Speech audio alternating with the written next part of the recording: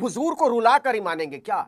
4 जून के बाद से एकदम उलीचे पड़े हैं। शुरू शुरू में लगा था कि एक आध बार की बात है, लेकिन इस सिलसिले का तो अंत ही होने का नाम नहीं ले रहा। इसका कोई अंत नहीं है। ओ अच्छा, पूरा विपक्ष मजे ले रहा है। किसको ज्ञान दे रहे हैं संघ प्रमुख, वो भी इतना भारी वाला?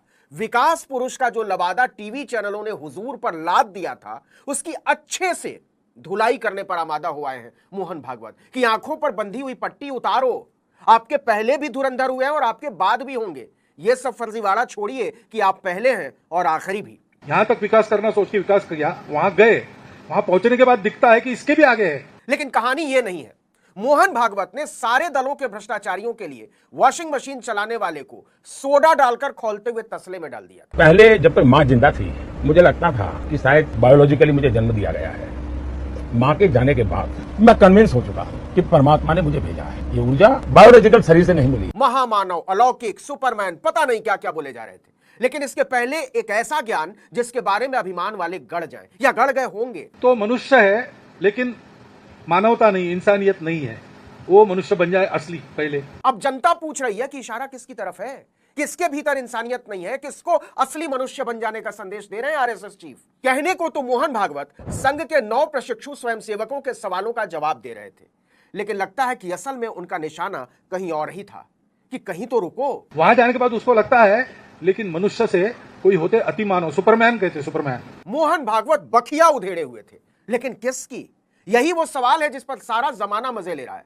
जरा सोच कर देखिए, इस पूरे जमाने में वो कौन है जो बायोलॉजिकल होने से परे है, मतलब माता के गर्भ से पैदा होने की सांसारिकता से ऊपर उठ चुका है? कौन अपने आप को मनुष्य मानने से ही इनकार कर चुका है? कि अलौकिक शक्तियां जिनके पास होती तो फिर मनुष्य तो अलौकिक बनना चाहता है, सुपरमैन बनना चाहता है, अति मानव बनना चाहता है, लेकिन वहां रुकता नहीं। उसको लगता है कि देव बनना चाहिए। इसको कहते हैं धज्जी उड़ाकर रख देना। मानव से अति मानव, अति मानव से अलौकिक, अलौकिक से देव।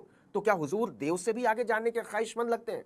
पता नहीं, लेकिन मोहन भागवत तो कहते हैं कि कुछ लोगों की इच्छाओं का कोई अंत नहीं होता। तो देवता बनना चाहता है, लेकिन देवता कहते कि हमसे तो भगवान बड़ा है। वो भगवान बनना चाहते हैं और भगवान कहता है कि मैं तो विश्वरूप हूं।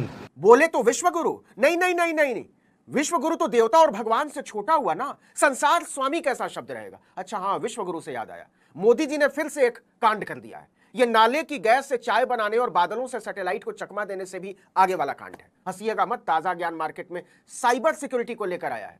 प्रधानमंत्री ने देश के नौकरशाहों से कहा है कि काम करने के बाद अपने लैपटॉप पीसी को लॉग आउट कर दिया कीजिए, इससे आप साइबर अटैक से बचे रहेंगे।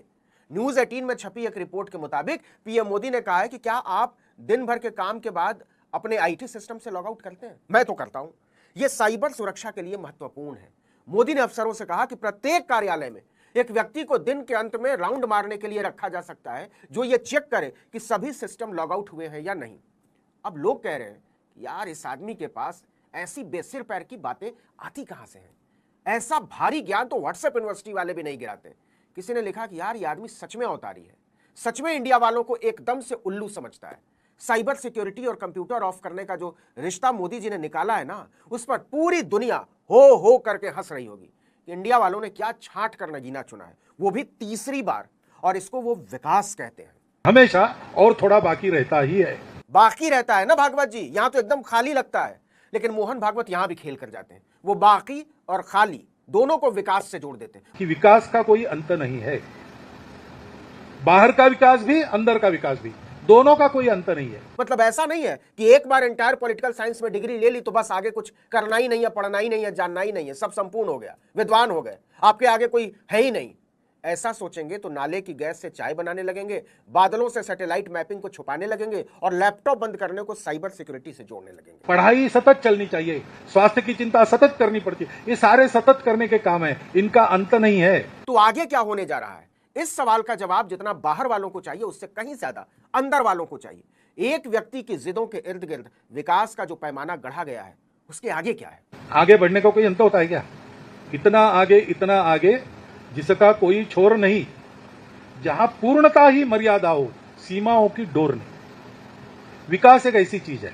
बात तो ठीक है, लेकिन लोग जानना चाहते हैं कि जो टकराव दिखाई दे रहा है उसका आगे का समाधान क्या है। जैसे ठाकुर साहब से कुशवाहा जी का टकराव, गोरखपुर का सिराथू से टकराव, लखनऊ का दिल्ली से टकराव और दिल्ली से नागपुर का टकराव। एक ही रास्ते पर ज्यादा वाहन हो गए या ज्यादा आदमी हो गए तो टकराते आपस में, इसलिए रास्ते पर नियम रहते, आप बाएं तरफ से जाओ, आप दाहिनी तरफ से जाओ। ये तो वही बात हो गई कि हम अंग्रेजों के जमाने के जेलर हैं, आधे इधर आओ आधे उधर जाओ, बाकी मेरे साथ आओ। जेलर सोच रहे हैं कि सारी फौज मेरे ही पीछे आ रही है, लेकिन उन्हें पता ही नहीं था कि रामपुर वालों के साथ मिलकर जय और वीरू ने खेल कर दिया है। पहले जब तक माँ जिंदा थी मुझे लगता था कि शायद बायोलॉजिकली मुझे जन्म दिया गया है।